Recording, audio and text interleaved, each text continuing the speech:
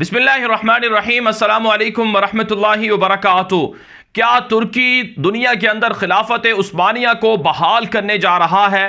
तुर्क सदर रजब Tayyip Erdogan ने दुनिया के किन किन इलाकों में खिलाफत उस्मानिया को बहाल कर लिया है?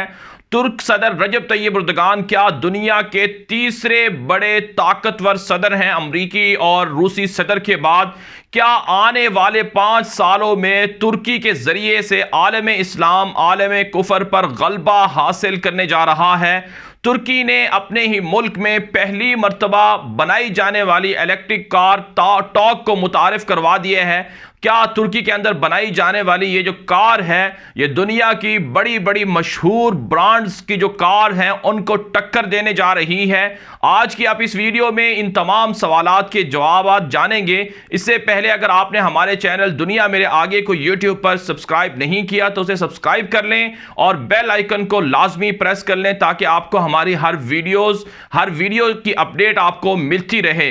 नाज़रीन किराम, तुर्क सदर रजब तैयब एर्दोगान ने पहली मर्तबा कल तुर्की के अंदर अपने ही मुल्क में 100% तैयार की जाने वाली पहली इलेक्ट्रिक कार टॉक को मुतारिफ करवाया है और कहा जाता है कि 60 साल पहले इस कार का अपने ही मुल्क में तैयार की जाने वाली गाड़ियों की तैयारी का ख्वाब देखा था नजमुद्दीन अरबकान ने।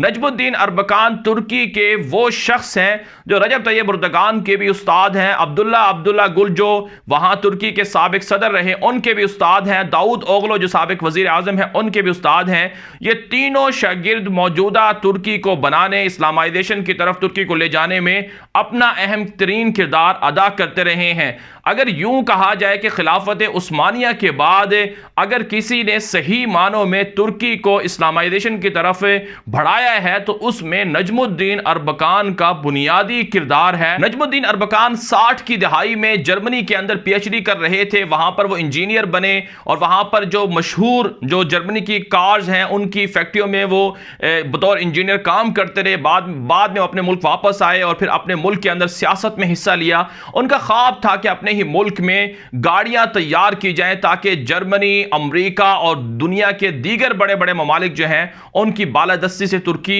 आजाद हो जाए। 60 साल के इस ख्वाब को तुर्की के मशहूर 100 इंजीनियर्स ने पिछले कई सालों की मुशक्कत और पिछले कई सालों की मेहनत के बाद पूरा कर दिखाया है।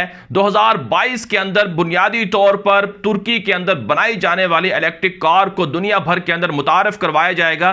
तकरीबन $4 अरब का यह प्रोजेक्ट है जो 13 साल के अंदर कहा जाता है कि मुकम्मल होगा मुकम्मल तौर पर। और यह भी कहा जा रहा है कि तुर्क सदर रजब तैयब एर्दोगान ने यह कहा कि जब इस गाड़ी को मुतारिफ करवाया, कहा कि यह माहौल दोस्त गाड़ी होगी।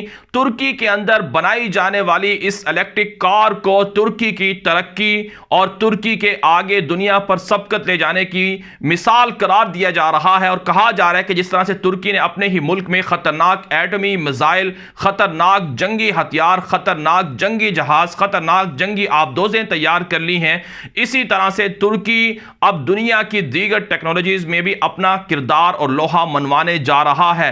अच्छी बात है। नाज़रीन किराम, अगर बात कर ली जाए आपके क्या खिलाफत उस्मानिया जिसे 1924 के अंदर आलम कुफर ने मिलकर ख़त्म कर दिया था, क्या वो बहाल हो चुकी है? जी हाँ नाज़रीन किराम, तुर्की इस वक्त दुनिया के कई ममालिक के अंदर खिलाफत उस्मानिया को बहाल करने में कामयाब हो चुका है। अगरचे इसकी शक्लो सूरत उस खिलाफत उस्मानिया जैसी नहीं है, लेकिन बहरहाल इसे खिलाफत उस्मानिया का हम पल्ला करार जरूर दिया जा सकता है। तुर्की का इस वक्त कतर के अंदर फौजी अड्डा मौजूद है। गल्फ के अंदर तुर्की की बालादस्ती कायम हो चुकी है। इसी तरह से खलीज आदन जो दुनिया की सबसे मसरूफ तरीन और सबसे अहम तरीन गुजरगाह है, वहां पर भी तुर्की ने अपना फौजी अड्डा जबूती के अंदर कायम कर रखा है। इसी तरह से तुर्की ने सूडान के अंदर भी एक अहम तरीन जजीरे को 100 साल के लिए अपने कंट्रोल में ले रखा है, वहां भी तुर्की की फौजें मौजूद हैं। इसी तरह से तुर्की ने शुमाली अफ्रीका के मुसलमान ममालिक को अपने साथ मिला लिया है। लीबिया के अंदर तुर्की अपना फौजी अड्डा कायम करने जा रहा है। मराकेश, अलजायर और ट्यूनिस ये सारे के सारे इस्लामी मुल्क जिन्हें अफ्रीका की जान और दिल समझा जाता है, ये तुर्की के कंट्रोल में है। अगर बात कर ली जाए एशिया की तो पाकिस्तान तुर्की के साथ साथ खड़ा हुआ है। पाकिस्तान और तुर्की की जो ताल्लुकात हैं और पाकिस्तान के अंदर तुर्की की जो फौजें ट्रेनिंग लेती हैं, बाहमी मुशावरत होती है, साइंसदान और बड़े जो एटमी हथियार और जंगी जहाज तैयार किए जाते हैं, उनमें भी दुनिया के सामने मिसाल मौजूद है। इसी तरह से अगर आप बात कर ली जाए मशरकी एशिया की, तो म्यांमार और बांग्लादेश के ममालिक भी तुर्की के हाथ में हैं। और फिर अगर बात कर ली जाए मशरक वुस्ता के अहम तरीन इलाके की, यानी शाम की, इराक की और फलस्तीन की, तो ये भी तुर्की के कंट्रोल में है। और इसी तरह से अगर बात कर ली जाए यूरोप की, तो यूरोप के अंदर कब्रुस का इलाका, बुल्गारिया, ये सारे ममालिक तुर्की के कंट्रोल में हैं। और अगर बात कर ली जाए अमेरिका की, तो अमेरिका भी तुर्की से पंगा या टक्कर लेने की कोशिश नहीं करता। अमेरिकी सदर बार बार एर्दोगान की तुर्की की हिमायत में बयानात दे चुके हैं। कांग्रेस बिलें पास करती है, लेकिन अमेरिकी सदर तुर्की से डरता है, क्योंकि अमेरिका को खतरा है कि उनका जो खतरनाक फौजी अड्डे 2 मौजूद हैं तुर्की के अंदर, अगर उन्हें बंद कर दिया गया तुर्की की जानिब से, जिस तरह से धमकी भी दी गई थी, तो फिर रूस और चीन के साथ अमेरिका कैसे मुकाबला करेगा। जी हां नाज़रीन किराम, इन्ना मअल उस्रि युस्रा, अल्लाह का यह फरमान बिल्कुल दुरुस्त है कि हर तंगी के बाद आसानी जरूर होती है। पिछले 70 सालों से जो तंगियां और मुशक्कतें तुर्क अवाम ने और मुसलमानों ने बर्दाश्त की हैं, उनका अब खात्मा होने जा रहा है। तैयब एर्दोगान इस्लामी दुनिया के वो अजीम लीडर बन चुके हैं जिसे अमरीकी सदर ट्रंप और पुतिन के बाद दुनिया का ताकतवर तरीन सदर माना जाता है। इस्लामी दुनिया का पहला मजबूत तरीन उन्हें हीरो और लीडर माना जाता है।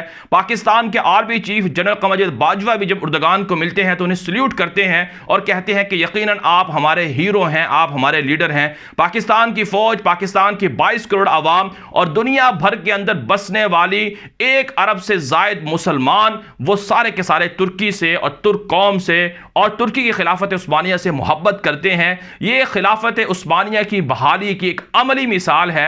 अगर देखा जाए तो नाज़रीन किराम, आलम कुफर ने मुसलमानों को जिस तरह से लूटा, उनके ऊपर हमले किए, उनके वसाइल को लूटा, पिछले 70-80 सालों से जो कुछ मजालिम हो रहे हैं, उनके खात्मे का वक्त आन पहुंचा है। और आप देखेंगे नाज़रीन किराम, जब तुर्की 2023 के अंदर यूरोप, अमेरिका, कनाडा वगैरह की तरफ से लगाए जाने वाले मुआहिदों से आज़ाद होगा, तो फिर किस तरह से आलम इस्लाम दुनिया में तरक्की करेगा। लेकिन यहां पर बदकिस्मती से कुछ मुसलमान ममालिक आपस में तुर्की की तरक्की से बहुत ज्यादा तशवीश में मुब्तला हैं। मुसलमानों को चाहिए कि वह आपस में मुत्तहिद हों, सारे के सारे ममालिक को इत्तेहाद का मुजाहरा करके दुनिया पर आलम इस्लाम के गलबे के लिए अपना किरदार अदा करना चाहिए। मकबूजा कश्मीर के मुसलमान हों या फिर फ़लस्तीन के मुसलमान, शाम के मुसलमान हों या यमन के या लीबिया के, या जहां कहीं मुसलमानों पर जुल्म हो रहा है, उनकी आज़ादी और उनकी तरक्की के लिए अपना किरदार अदा करना चाहिए। नाज़रीन किराम, आप तुर्की की इस तरक्की और तुर्की की इस पेशकदमी को आप किस तरह से देखते हैं? इस हवाले से